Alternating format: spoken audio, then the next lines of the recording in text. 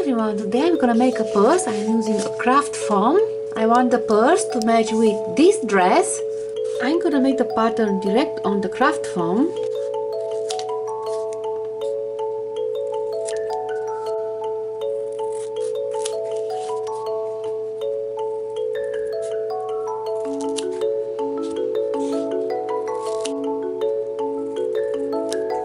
I need tiny pieces.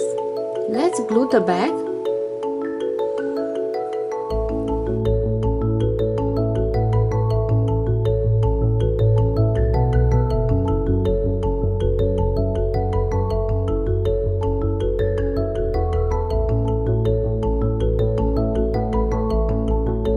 I need a little piece of Velcro.